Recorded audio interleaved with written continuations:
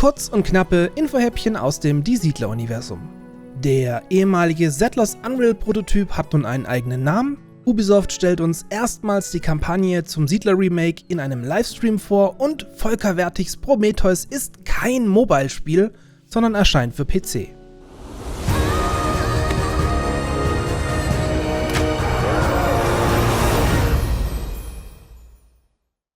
Kürzlich habe ich ein ausführliches Interview mit Buchwald Interactive zu seinem Settlers Unreal-Prototypen geführt.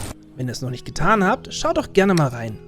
Jedenfalls schreitet sein Prototyp, zu dem es bisher ausnahmslos Lob von allen Seiten gab, gut voran. Daher hat das mögliche Spiel nun seinen eigenen Namen mit The First Explorers oder im Deutschen Die ersten Entdecker bekommen. Im aktuellen Bild wurde eine Minimap und Fog of War ergänzt, das Grid verkleinert und alle angedachten Gebäude als Platzhalter integriert. Zudem wurde das Spiel auf die Unreal Engine 5.1 portiert und über den Siedlern wird nun visuell dargestellt, wohin sie ihre Waren gerade transportieren.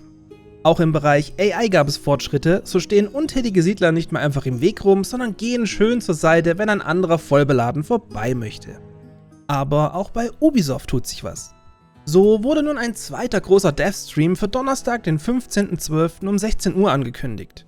Diesmal soll uns Nadim Afani, aka Game Director, erstmals die Kampagne und die Geschichte hinter dem Spiel näher bringen, zu der noch fast gar nichts bekannt ist. Übrigens ganz ohne Spoiler.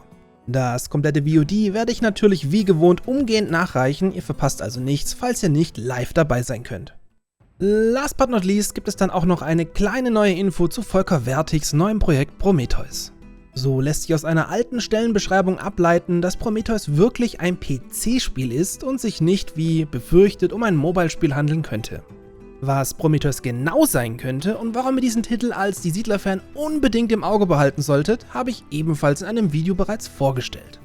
Und dieses Video hat wohl auch die Jungs und Mädels bei Envision Entertainment ein bisschen getriggert, die sich nun genötigt sahen, aus ihrem kompletten Embargo ein kleines bisschen auszubrechen. So veröffentlichte man einen Post auf Facebook, dass wir wohl, früher als erwartet, bald erfahren werden, an was Team Wertig da genau arbeitet. Ich bin dann natürlich sehr gerne für euch weiter dran und informiere euch wie gewohnt umgehend, sobald es hier was Neues gibt. In diesem Sinne, bis zum nächsten Mal.